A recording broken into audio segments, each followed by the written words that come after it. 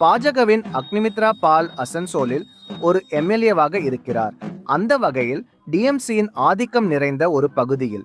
ஆனால் அவர் 2021 இங்கு ஒரு வலுவான இருப்பை கொண்டவராக இருந்து வருகிறார். அக்னிமித்ரா ஜி, நான் உங்களிடம் கேட்டு தொடங்க விரும்புகிறேன். அசன்சோலில் உங்களின் முக்கிய கேம்பெயின் கொள்கை என்ன? நீங்கள் 5 ஆண்டுகளாக எம்எல்ஏவாக இருந்திருக்கிறீர்கள். நீங்கள் டிஎம்சியில் இருந்து ஒரு வலுவான எதிராளியை எதிர்கொள்கிறீர்கள். என் எதிராளி வலுவானவர் அல்ல. என் எதிராளி மம்தா பானர்ஜி. ABCT யாராக இருந்தாலும் அவர்கள் அல்ல. மேலும் எதிராளி வலுவானவர் அல்ல.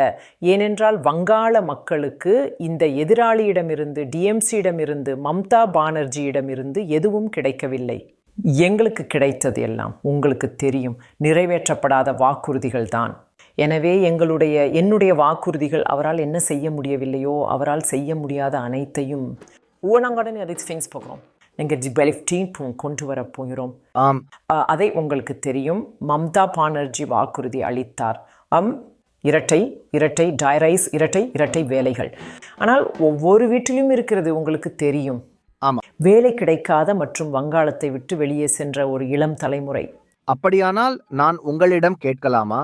மேடம், நீங்கள் வேலைகள் மற்றும் வேலை வாய்ப்பு பற்றி பேசும்போது உங்கள் எதிர்ப்பாளர்கள் வாதிடுவது போல இந்த குற்றம் மத்திய அரசு மற்றும் மாநிலம் ஆகிய இரண்டையும் சார்ந்தது இல்லையா?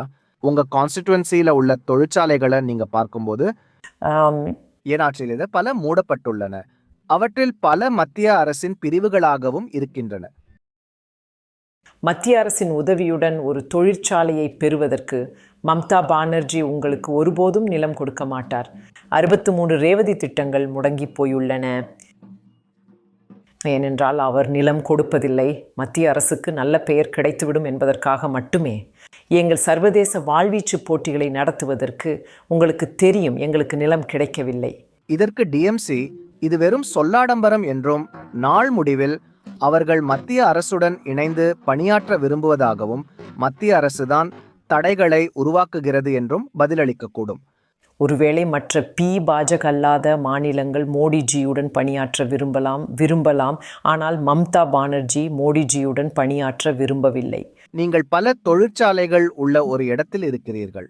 பிரதிநிதி என்ற முறையில் அவற்றில் சிலவற்றை திறக்க அல்லது குறைந்தபட்சம் அந்த பகுதியில் அதிக வேலைவாய்ப்பை உருவாக்க உங்கள் திட்டம் என்னவாக இருக்கும்? பாருங்கள், நான் தேர்தல் அறிக்கை குழுவில் ஒரு அங்கமாக இருக்கிறேன். நான் தேர்தல் அறிக்கை குழுவின் இணை அமைப்பாளர். மற்றும் இல்லை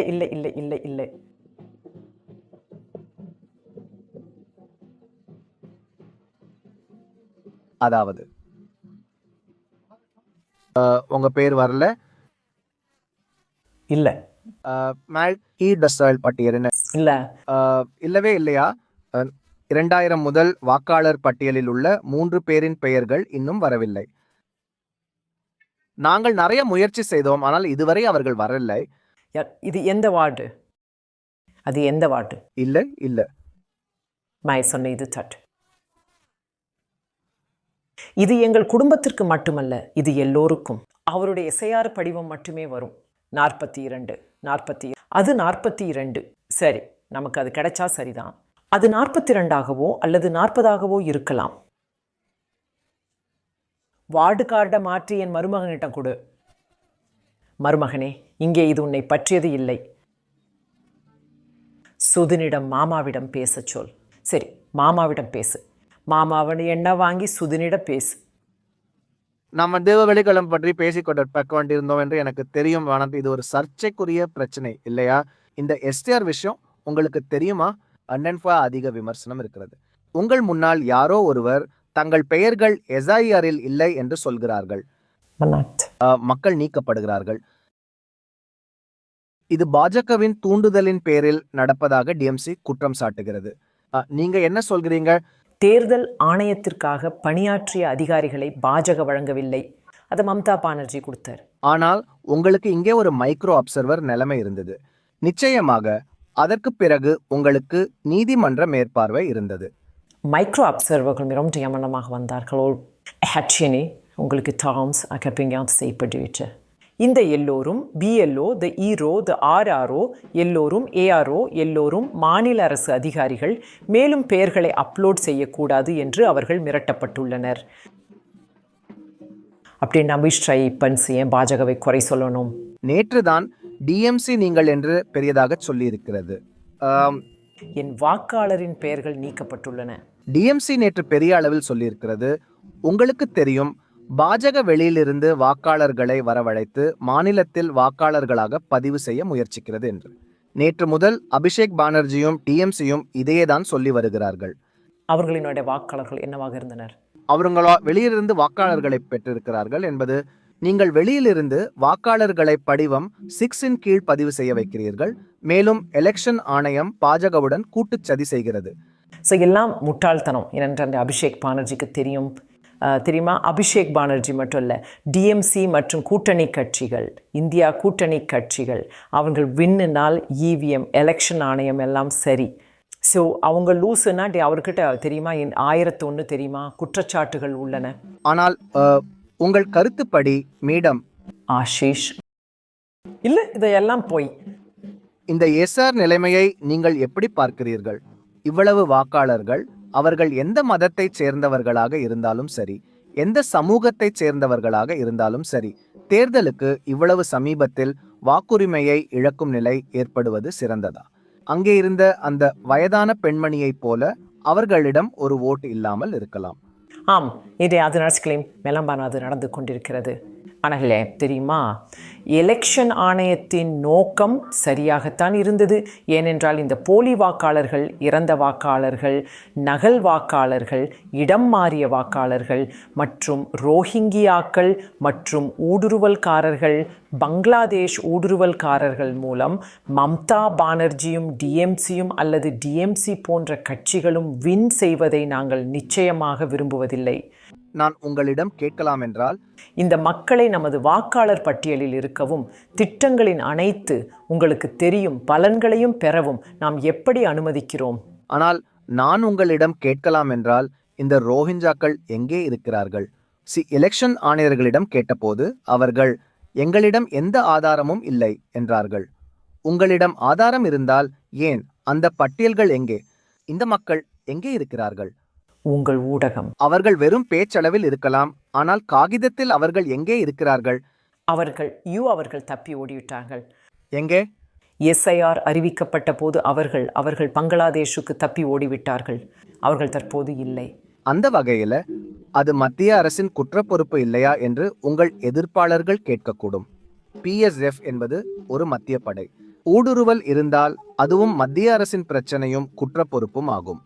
ஓரளவு அது மத்திய அரசின் பிரச்சனை தான். என்றால் 500 கிலோமீட்டருக்கும் அதிகமான ஊடுருவக்கூடிய எல்லை இருக்கிறது.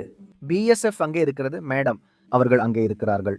யாராவது உள்ளே வந்தால் அது BSF-இன் தவறு, ஆனால் ஊடுருவக்கூடிய எல்லை இருக்கிறது. நீங்கள் ஏன் எனக்கு நிலம் தரல? நான் வேலி அமைக்க தயாராக இருக்கிறேன். 1001 முறை மாண்புமிகு HM அமித் ஷாஜி கோரிக்கை விடுத்துள்ளார். சரி, அதனால நானும் உங்களிடம் கேட்கிறேன் மேடம். உங்கள் பிரச்சாரங்களில் சிலவற்றை நான் பார்த்திருக்கிறேன். அது அந்த வகையில் இந்துத்துவம், மதம் ஆகியவற்றையும் பெருமளவில் சார்ந்துள்ளது. ஆனால் வேலை வாய்ப்பு என்று வரும்போது அது போதாது என்று சிலர் வாதிடுவார்கள். அதாவது சொல்லாடல் முக்கிய இடத்தை பிடித்து விட்டதா? இந்துத்துவம் முக்கியம், ஆனால் வேலைகள் தான் மிக முக்கியமான விஷயம். ஆம், இந்துத்துவம் முக்கியம், ஆனால் அது வீடு, வேலைகள், பெண்களுக்கான பாதுகாப்பு, வங்காள மக்களின் பாதுகாப்பு தான் மிக முக்கியமான விஷயம். முதல்ல நமக்கு ஒரு நிலம் பாலிசி வேண்டும். நிலம் பாலிசி இல்லை. ஆம், முதலில் நிலத்தை பாலிசி தயார் செய்வோம், பின்னர் தொழிற்சாலைகளை கொண்டு வருவோம். வளமான் ஸ்லங்ஸ் இருக்கிற வளம் குன்றிய நிலமும் இருக்கிறது. பூவளம் குன்றிய நிலத்தில் தொழிற்சாலைகளை அமைப்போம். நாங்கள் திட்டமிடுவோம். மேலும் நாங்கள் பாஜக மிகவும் தொழில் சார்பான அரசாங்கம். அதனால் தொம்பேஸ்து நாங்கள் ஒரு தொழிற்சாலைகளை கொண்டு வர விரும்புகிறோம். பட்ஜெட் விவசாயம் இருக்கும்போது டிஎம்சி சொல்கிறது, நீங்கள் விவசாயிகளுக்கு ஆதரவானவர்கள் இல்லை, நீங்கள் தொழில்களுக்கு மட்டுமே ஆதரவானவர்கள் என்று. நாங்கள் மிகவும் விவசாயிகளுக்கு ஆதரவானவர்கள். அதுதான் காரணம். உங்களுக்கு தெரியும். அப்படியா? நிச்சயமாக அதுதான் காரணம். மற்ற எல்லா மாநிலங்களும் உங்களுக்கு தெரியும் கிசான் சம்மான் நிதி மற்றும் தண்ணீர், மின்சாரம், உரம் எல்லாவற்றிலும் சப்சிடி பெறுகின்றன. டிஎம்சியின் தபஸ் பானர்ஜி ஆசன்சோல் தெற்கில் அக்னிமித்ரா பாலை எதிர்கொள்கிறார். கடந்த முறை அவர் வேறு ஒரு கான்ஸ்டிடுவன்சியிலிருந்து எம்எல்ஏவாக இருந்திருக்கிறார். அவர் இப்போ இங்கிருந்து போட்டியிடுகிறாரு. அக்னிமித்ரா பால் என்ன சொன்னாரோ அதற்கு உங்களிடமிருந்து எனக்கு பதில் வேண்டும். அவர் சொல்வது என்னவென்றால், இங்குள்ள இந்த தொழில்துறை வீழ்ச்சி உங்கள் தொகுதியில ஒரு பெரிய பிரச்சனை. அது உங்களுடைய குற்றம், மம்தா பானர்ஜியின் குற்றம் மற்றும் டிஎம்சியின் பொறுப்பு என்று அவர் கூறுகிறார். நீங்க பதில் சொல்லுங்க. நீங்க என்ன சொல்வீங்கள்? பாருங்கள், இங்குள்ள மிகப்பெரிய தொழிற்சாலை மத்திய அரசின் அமைப்பு ஐஎஸ்பி செல் என்பது. இன்னொன்று ஈஸ்டர்ன் கோல்ஃபீல்ட்ஸ் லிமிடெட். டெல்லியில் ஆட்சியில் அமர்ந்திருக்கும் பார்ட்டி எதுவோ அவர் அந்த பார்ட்டியின் பிரதிநிதியாக இந்த பகுதியில் இருக்கிறார். அதனால் அட்ஜசன்டிங்கில் இவ்வளவு பெரிய அமைப்பின் ஒரு பகுதியாக இருந்து கொண்டு நீங்கள் எத்தனை தொழிற்சாலைகள், எத்தனை சகோதர நிறுவனங்கள், எத்தனை துணை அலகுகளை இங்கே அமைத்துள்ளீர்கள் என்று மக்கள் அவரிடம் கேட்கிறார்கள். குற்றச்சாட்டுகள், எதிர் குற்றச்சாட்டுகளால் எந்த வேலையும் ஆகாது. நீங்களும் குற்றம் சாட்டுகிறீர்கள், ஆனால் அதிகாரத்தில் அமர்ந்திருப்பவர்கள் குற்றம் சாட்டுவது அவர்களுக்கு பொருந்தாது. நீங்கள் ஒரு அனுபவமிக்க அரசியல்வாதி. நீங்கள் பலமுறை M.LA இருந்திருக்கிறீர்கள். அக்னிமித்ராவும் ஒரு முறை M.LA இருந்திருக்கிறார். நீங்கள் எல்லாரும் அனுபவமிக்க அரசியல்வாதிகள். அப்படியென்றால் ஏன் இந்த மாநிலத்தில் இவ்வளவு வேலையில்லா திண்டாட்டமும் இடம்பெயர்வும் இருக்கிறது?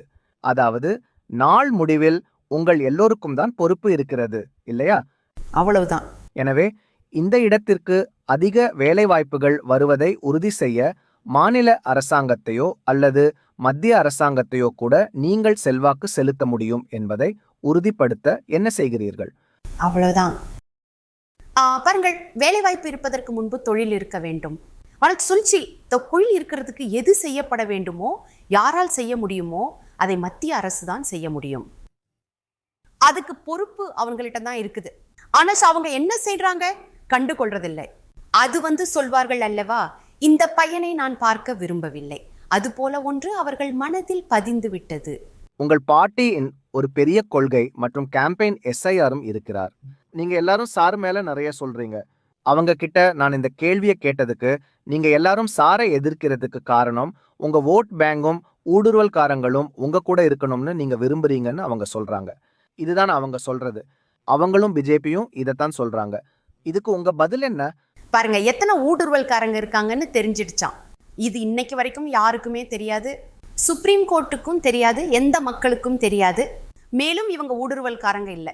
நீங்களே பார்க்குறீங்க, இந்த சார் விஷயத்தை செஞ்சுட்டு இருக்கும் போதே 40-45 பேர் இறந்துட்டாங்க. நான் அந்த விஷயத்துக்குள்ள போகலை. 4 தலைமுறையா இங்க குடியிருக்கிறவங்களோட பேரு கூட விடுபட்டு போகுது. அதுவும் அட்ஜுடிகேஷன்ல நின்றுடுச்சு. அதுக்கு அவங்க என்ன பதில் சொல்லுவாங்க? இமேலுபஸ், இது எங்களுக்கு முதல் தடவையா நடக்கல. முன்னெல்லாம் கணக்கெடுப்பாளர் வீடு வீடாக வந்து கணக்கெடுப்பு செய்துவிட்டு சென்று விடுவார்கள். ஸோ அந்த நேரத்தில் ஓட் பேரை சொல்றதில் எந்த பிரச்சனையும் இல்லை. ஆனால் இது உங்க கடமை. இறந்த வாக்காளர், இது எலெக்ஷன் ஆணையரின் கடமை. இறந்த வாக்காளரை நீங்கள் பல ஆண்டுகளாக இங்கே வைத்திருக்கிறீர்கள். மேலுமே அதை நீக்குவதற்கு பதிலாக சரியான வாக்காளரை நீங்கள் நீக்குகிறீர்கள். இதன் பாதிப்பு ஒட்டுமொத்த சமூகத்தின் மீதும் விழுந்தது. பாஜக MLA சொன்னதை இங்குள்ள டிஎம்சி MLA வேட்பாளர் மறுக்கிறார். மேலும் இந்த பிராந்தியத்தில் பரவலாக வேலைகளும் வேலைவாய்ப்பும் இல்லாததற்கு மத்திய அரசுக்கும் பொறுப்புள்ளது என்று அவர் கூறுகிறார்.